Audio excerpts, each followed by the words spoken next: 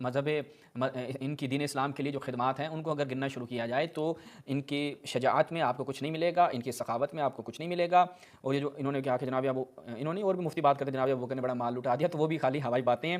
اس کے بعد میدان جنگ میں بھی ان کا کوئی کارنامہ ہمیں دیکھنے کو نہیں ملتا، کسی جنگ میں بھی ہمارے اساتید اور ہمارے علماء یہ بارہا چیلنج کرتے ہیں کہ ایک روایت پیش کرتے ہیں کہ ان میں سے کسی نے جنگ میں کسی ایک کی گردن اڑائی ہو، کوئی کارنامہ انجام دیا، کچھ بھی نہیں ہے۔ اب اس کو پھر آپ کیا کہہ سکتے ہیں؟ ملاحظہ فرمائے سب سے پہلے حضرت ابو بکر سے شروع کرتے ہیں کہ بھاگے تھے یا نہیں بھاگے تھے۔ ملاحظہ کرتے ہیں جناب البدایہ والنہایہ، کیا بیان کرتے ہیں؟ البدایہ والنہایہ میں جب ہم جاتے ہیں، اس کی 5ویں جلد ہے، جزء الخامس ہے، اس میں جائیں۔ یہ ابو داؤد طیالسی نے اپنی مسند میں وہاں سے بھی یہ روایت دکھاتا ہوں۔ کیا کہتے ہیں کہ جی کان ابو بکر اذا ذکر یوم احد بقا، جب حضرت ابو بکر کیا ہے جی جنگ احد کو یاد کرتے تھے تو کہتے ہیں، حضرت عائشہ کہتی ہیں میرے ابو بڑا روتے تھے اور کہتے تھے ذاک یوم کلہ لطلحہ، وہ جو دن تھا نا سارا کا سارا طلحہ کا تھا، طلحہ اس دن وہی لے دے گیا تھا۔ وہ کہتے قال کنت اول من فاء یوم احد، وہ جو پہلا بندہ بھاگ گیا تھا پھر واپس آیا وہ کون تھا؟ میں تھا۔ ٹھیک ہے، حضرت ابو بکر پھر روتے تھے اس کو یاد کر کے۔ اچھا جی، اب چلتے ہیں حضرت عمر کی طرف۔ حضرت عمر بھی بھاگے تھے یا نہیں بھاگے تھے؟ پہلے حضرت عمر کی شجاعت کا ایک نمونہ یہ سامنے میرے آ گیا تو ملاحظہ کر لیں۔ صحیح بخاری، حضرت عمر کتنے شجاع تھے؟ آپ کہتے ہیں بھی جنگ سے نہیں بھاگ سکتے۔ صحیح بخاری جلد نمبر 5 بارہا یہ دیکھتے ہیں حضرت عمر ابن خطاب کے اسلام لانے کا واقعہ۔ جب ہم اس میں جاتے ہیں روایت نمبر 3863، کیا ہے جی؟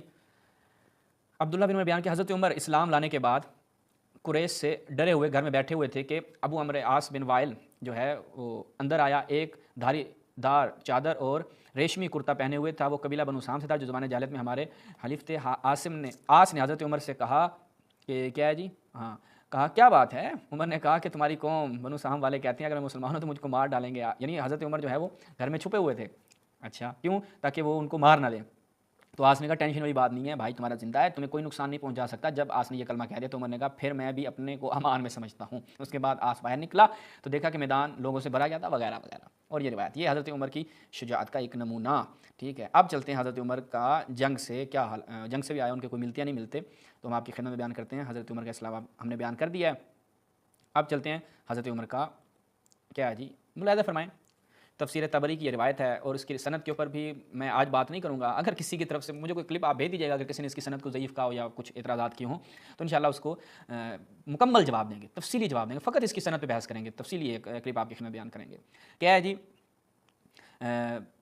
جب یوم احد کا دن تھا، سورہ آل عمران کی غالباً آیت نمبر 155 کے ذیل میں بحث ہو رہی ہے کہ یوم احد کا دن تھا، ففررت، حضرت عمر کہتے ہیں میں فرار کر گیا، حتی صعدت الجبل، میں پہاڑ کے اوپر چڑھ گیا تو میں نے خود کو ایسا دیکھا جیسے ایک بکری جو ہے وہ پہاڑ کے اوپر چڑھ رہی ہوتی ہے نا، تو اس بکری کی طرح میں نے دیکھا۔ تو یہ آپ کی خدمت میں ہم نے ایک چیز بیان کی۔ اس کے بعد آپ چلتے ہیں کہ اس روایت کی سند میں ایک راوی ہے جس کے بارے میں کہا جاتا ہے کہ یہ راوی ثقہ نہیں ہے، ابو ہشام رفاعی کے بارے میں، میں وہ بھی آپ کی خدمت بیان کر دیتا ہوں تاکہ اگر مزید کسی کے بارے میں اشکال کیا تو وہ بھی جواب دیں گے۔ تفسیر تبری احمد محمد شاکر کی تحقیق کے ساتھ ہے۔ اچھا جی، اس کے صفحہ نمبر 599 589 پہ تفسیر سورہ بقرہ 230 آیت کے ذیل میں جب ہم جاتے ہیں تو اسی ابو ہشام الرفاعی کے بارے میں کیا کہتے ہیں؟ شیخ الطبری تھے، یہ ملاحظہ فرمائیں شیخ الطبری تھے، ہوا محمد بن یزید بن محمد بن کثیر، یہ کیا نام ہے ان کا؟ محمد بن یزید بن محمد بن کثیر ان کا نام ہے، قاضی بغداد۔ تکلم فی بعضهم، بعض لوگوں نے اس کے بارے میں کلام کیا، والراجح، راجح قول کیا ہے؟ توثیقہ، یہ جو یہاں پہ راجح قول ہے وہ اس کی توثیق ہے۔ وقد روانہ مسلم فی صحیح، اور مسلم نے اپنی صحیح میں سے روایات جو ہے وہ نقل کی ہیں اور آگے انہوں نے روایت کا نمبر بھی مینشن کر دیا ہے۔ تو یہ ابو ہشام رفاعی کے بارے میں اور حضرت عمر کا جنگ سے فرار کرنا جو یہ موضوع بیان کر رہے تھے کہ کوئی بھی نہیں بھاگا تھا۔ حضرت ابو بکر کا بھی بیان کر دیا اور حضرت ابو بکر کا فرار خود اصل کتاب سے میں آپ کی خدمت میں پیش کر دوں، مسند ابی داؤد طیالسی، اس کا یہ پہلا طبع جو ہے وہاں سے آپ کے لیے تصویر لیا ہے، حیدرآباد دکن کا یہ طبع ہے اور یہ وہ روایت آ گئی جو کہا کہ کانا ابو بکر رضی اللہ عنہ اذا ذکر یوم احد بقا، جب بھی حضرت ابو بکر جو ہیں وہ جنگ احد کا سوچتے تھے تو اس دن رونے لگ جاتے تھے۔ کیوں روتے تھے بھائی؟ وجہ کیا ہے؟ کیوں روتے تھے آپ بتائیں؟ وجہ کیا؟ یہی ہے کہ وہ رسول اللہ کو چھوڑ کر چلے گئے اور رسول اللہ جو ہے اس میں زخمی ہوئے، امام علی زخمی ہوئے، فقط 13 لوگ جو ہے، بعض نے 13 لکھے، بعض نے 8 لکھے، بعض نے 18 لکھے، لیکن ان میں کہیں بھی ان کا ذکر نہیں ہے۔ خیر یہ ایک اپنی تفصیلی موضوع ہے کہ کون کون پیچھے رہ گیا تھا، بعض کا تو علماء نے اپنی کتابوں میں، اہل سنت علماء نے مینشن بھی کیا ہے۔ اس کے بعد حضرت عثمان کے پاس آ جاتے ہیں۔ حضرت عثمان کے ابھی جنگ سے گئے تھے نہیں گئے تھے؟ یہ تو بخاری ہے بھائی، صحیح بخاری، اس میں جب ہم جاتے ہیں خود کون قبول کر رہا ہے جی؟ غالباً ابن عمر ہوں گے۔ اچھا جی، ہم نے اس سے کیا ہے جی پوچھا ان میں سے ابن عمر، وہ صاحب عمر کے پاس آئے اور ان سے کہا کہ میں آپ سے بات پوچھتا ہوں، آپ مجھ سے واقعات صحیح بیان کر دیجئے، اس گھر کی حرمت کی قسم دے کر میں آپ سے پوچھتا ہوں کہ آپ کو معلوم ہے عثمان نے غزوہ احد کے موقع پر راہ فرار اختیار کی تھی؟ انہوں نے کہا ہاں جی بالکل ٹھیک ہے مکی صاحب۔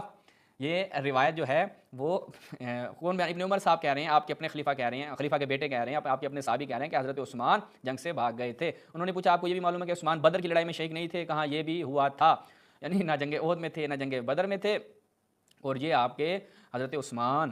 اچھا جی، اس کے بعد پھر اسی میں غزوات کے بیان میں جب جائیں، اور آگے بھی روایت ہے صحیح بخاری میں ایک اور مقام پہ بھی ہے، یہ بھی ہم آپ کی خدمت بیان کر دیتے ہیں، صحیح بخاری 6 جلد۔ اچھا جی، تو انہوں نے کہا کہ عثمان کے بارے میں تمہارا کیا اعتقاد ہے؟ انہوں نے کہا ہاں یہ کہو تو سنو، علی اور عثمان کے بارے میں اپنا اعتقاد بیان کرتا ہوں۔ عثمان کا جو قصور تم بیان کرتے ہو، قصور کیا تھا بھائی؟